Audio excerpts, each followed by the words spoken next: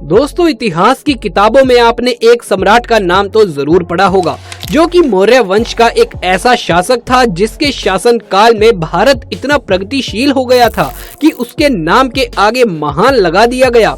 जी हाँ दोस्तों, हम बात कर रहे हैं अशोक महान की, जिन्होंने अपने 8 साल के शासन काल में आधुनिक असम से ईरान तक की सीमा तक अपना साम्राज्य फैला लिया था। लेकिन आज हम सम्राट अशोक के बारे में आपको नहीं बताने वाले हैं, बल्कि उन्हीं के द्वारा बनाई गई एक ऐसी सीक्रेट सोसाइटी के बारे में बताने जा रहे हैं, जिसे उन्होंने अपने साम्राज्य से छुपे हुए रहस्यों को बचाने के लिए बनाया था, जिसे हम सम्राट अशोक के द 9 अननोन के नाम से जानते हैं। तो आखिर कौन है ये लोग और इनका काम क्या है? आज के इस इंटरेस्टिंग वीडियो में हम आपको इन्हीं बातों को समझाने की कोशिश करेंगे। तो इस वीडियो को अंत तक जरूर देखिएगा और हमारे चैनल को सब्सक्राइब भी कर लीजिएगा। साथ में बगल वाले बेल आइकन को भी दबा लीजिएगा, जिससे अगली वीडियो की नोटिफिकेशन आपको सबसे पहले मिल सके।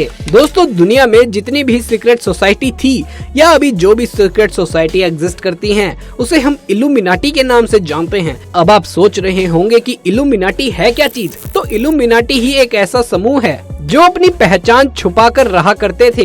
इसीलिए कहीं न कहीं सम्राट अशोक के द 9 अननोन को भारतीय इल्यूमिनाटी के नाम से जाना जाता है। आपको जानकर हैरानी होगी कि संसार के इतिहास में सिर्फ 3 राज्यों को ही उनके नाम के साथ महान की उपाधि दी गई है।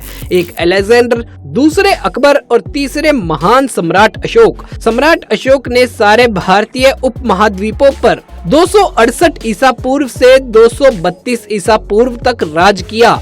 लेकिन अगर उन्हें सबसे ज्यादा याद किया जाता है तो सिर्फ और सिर्फ कलिंग के युद्ध की वजह से। 261 ईसा पूर्व में जब कलिंग युद्ध हुआ था, तो ये युद्ध सम्राट अशोक द्वारा लड़ी गई आखिरी लड़ाई थी और इसने उनके जीवन के पूरे तरीके को ही बदल दिया। बता दें कि अशोक ने शासन के 8वें वर्ष में कलिंग की लड़ाई शुरू की थी। इस युद्ध में भीषण रक्तपात हुआ था। सम्राट अशोक ने जब ये नरसंहार अपनी आंखों से देखा तो इस परिस्थिति में वो बहुत दुखी हो गए और उसी वक्त उन्होंने फैसला किया कि वो सारे युद्ध क्रियाएं बंद कर देंगे। और इस घटना के बाद सम्राट अशोक के जीवन में बहुत बड़ा बदलाव आया और उन्होंने बौद्ध धर्म अपना लिया। और फिर उन्होंने शांति और मानवता के प्रचार के लिए अपने लोगों को विदेशों में भी भेजना शुरू कर दिया। जिस हिसाब से सम्राट अशोक ने अपने साम्राज्य का विस्तार इतने कम समय में कर लिया था, उससे पूरी दुनिया को कहीं न कहीं समझ में आ गया था कि सम्राट के पास एक ऐसा ज्ञान है जिसे वो दुनिया से छुपाना चाहते हैं। और उस वक्त सिर्फ अशोक ही नहीं, बल्कि कई ऐसी सभ्यताएं भी ऐसा कर चुकी थी, जिसमें आप एशियंट इजिप्ट का एग्जाम्पल ले सकते हैं। सम्राट अशोक को उस वक्त कहीं न कहीं एहसास हो गया था कि अगर ये ज्ञान कहीं गलत हाथों में लग गया तो मानव जाति इस ज्ञान को गलत तरीके से इस्तेमाल में लाएगी और फिर वही खून खराबा होगा। इसी से बचने के लिए तब सम्राट अशोक ने 9 अलग अलग विषयों में वो ज्ञान बांटकर 9 लोगों की एक सीक्रेट सोसाइटी बनाई। शायद ये उस समय भारत या पूरे वर्ल्ड की पहली सीक्रेट सोसाइटी थी जो मानव जाति की सुरक्षा के लिए बनाई गई थी।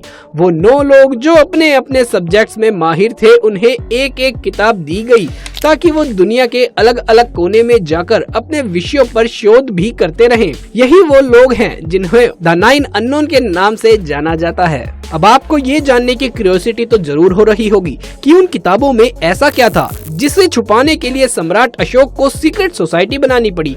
तो आइए आपको बता दें कि उन किताबों में किन चीजों का जिक्र है। 1923 में अंग्रेजी लेखक तलबोट मुंडे की किताब आई थी जिसका नाम था द 9 अननोन। इस किताब में 9 सब्जेक्ट्स का जिक्र है। ये 9 किताबें 9 अननोन लोगों के पास थी और पहली किताब फिजियोलॉजी, वॉरफेयर और प्रोपेगेंडा पर थी। इस किताब को सबसे ज्यादा खतरनाक माना जाता था क्योंकि इसमें फिजियोलॉजी के वो टर्म्स भी बारीकी से लिखे गए जिससे आप हजारों की संख्या में लोगों का माइंड डाइवर्ट कर सकते हैं या कहें तो ब्रेन वॉश कर सकते हैं। दूसरी है फिजियोलॉजी पर, जिसमें इंसानी शरीर की पूरी डिटेल दी गई है। इस किताब की जानकारी अगर कोई बारीकी से पढ़ ले तो इंसान सिर्फ छूने मात्र से ही किसी की जान भी ले सकता है। इसे टच ऑफ डेथ के नाम से भी जाना जाता है। इसमें हमारी ह्यूमन बॉडी के सभी वीक पॉइंट्स और ह्यूमन नर्व्स और पल्स रिवर्स को टच करके किसी को भी पैरालाइसिस और डेथ तक पहुंचाने की तरीके बताए गए हैं। तीसरी किताब माइक्रोबायोलॉजी पर है, जिसमें बताया गया है कि एक इंसान कैसे एक सूक्ष्म वायरस से पूरी मानव जाति को समाप्त कर सकता है।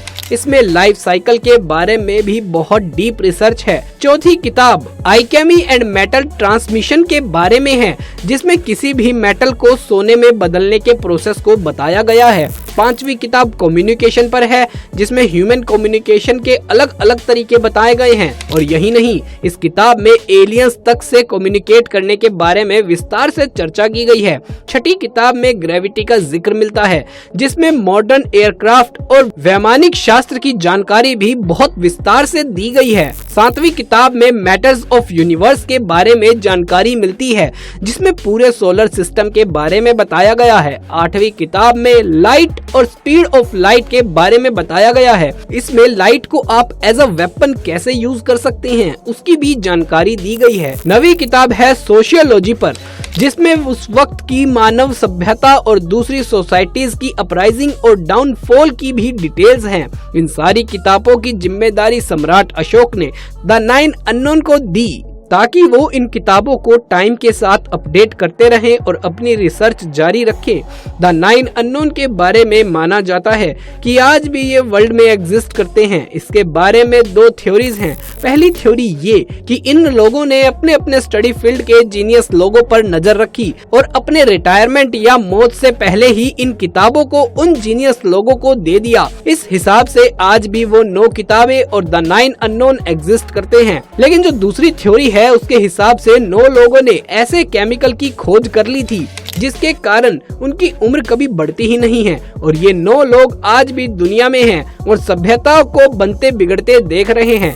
ये दूसरी थ्योरी सुनने में थोड़ी अनबिलीवेबल जरूर है, लेकिन सम्राट अशोक ने जिन द 9 अननोन की सीक्रेट सोसाइटी बनाई थी, उनका एकमात्र यही उद्देश्य था, मानव जाति की रक्षा और विकास। अब आपको थोड़ा इल्यूमिनाटी के बारे में बताते हैं। इल्यूमिनाटी सीक्रेट सोसाइटी की शुरुआत दरअसल जर्मनी में बावरिया शहर से हुई थी। यहाँ के एक जाने माने प्रोफेसर और दार्शनिक एडम वेशॉप्ट ने इसकी नींव रखी थी, जो बाद में वहाँ के शासन में बैन कर दी थी। इल्यूमिनाटी सीक्रेट सोसाइटी को असल में 2 पार्ट्स में डिवाइड किया गया। पहला ओल्ड रिचुअल्स एंड रूल्स और दूसरा न्यू रूल्स एंड सिस्टम, और ऐसा माना जाता है कि ये अब तक काम कर रही है। इस हिसाब से इल्यूमिनाटी को मानने वाले इंसान वो काम करते थे जो उन्हें देवताओं और पॉजिटिविटी से दूर ले जाती थी। इनकी ज्यादातर क्रिया बेहद डरावनी और भयानक होती थी। इल्यूमिनाटी से जुड़े लोगों के कारण बढ़ती आत्महत्या और नेगेटिविटी को देखते हुए ये संस्था बहुत पहले बैन कर दी गई थी। अगर बात हमारे भारत की करें तो कुछ वक्त पहले सर्दियों में आए बुराड़ी सुसाइड केस में जैसी चीजें दिल दहला देने वाली सामने आई, उसे देख इल्यूमिनाटी के अस्तित्व पर वापस से दिमाग घूम जाता है। दूसरी कंट्रीज में भी इसी तरह की अजीबोगरीब और डरावनी एक्टिविटीज की न्यूज आती रहती है। अब इन कॉन्स्पिरेसी थ्योरीज पर यकीन करना या ना करना तो लोगों की मर्जी है, लेकिन इनको पूरी तरह से नकार दिया जाना भी सही नहीं है। खैर, अब सच्चाई जो भी है, लेकिन सम्राट अशोक के द 9 अननोन लोगों की बात करें तो वो इसी तरह की अमानवीय शक्तियों की रक्षा करने के लिए बनाए गए थे। दोस्तों, आपको क्या लगता है कि अगर इल्यूमिनाटी आज के समय में सरेआम दुनिया के सामने आ जाते हैं तो क्या होगा? आप अपनी राय हमें नीचे कमेंट बॉक्स में जरूर बताइएगा, और ऐसे ही वीडियोस आगे भी देखते रहने के लिए हमारे चैनल को सब्सक्राइब जरूर कर लीजिएगा। अगर ये वीडियो आपको अच्छा लगा हो तो इसे एक लाइक कर दीजिएगा और दोस्तों के साथ ज्यादा से ज्यादा शेयर करिएगा। जल्द मुलाकात होगी ऐसे ही किसी अगली वीडियो में, तब तक के लिए आप सभी का धन्यवाद।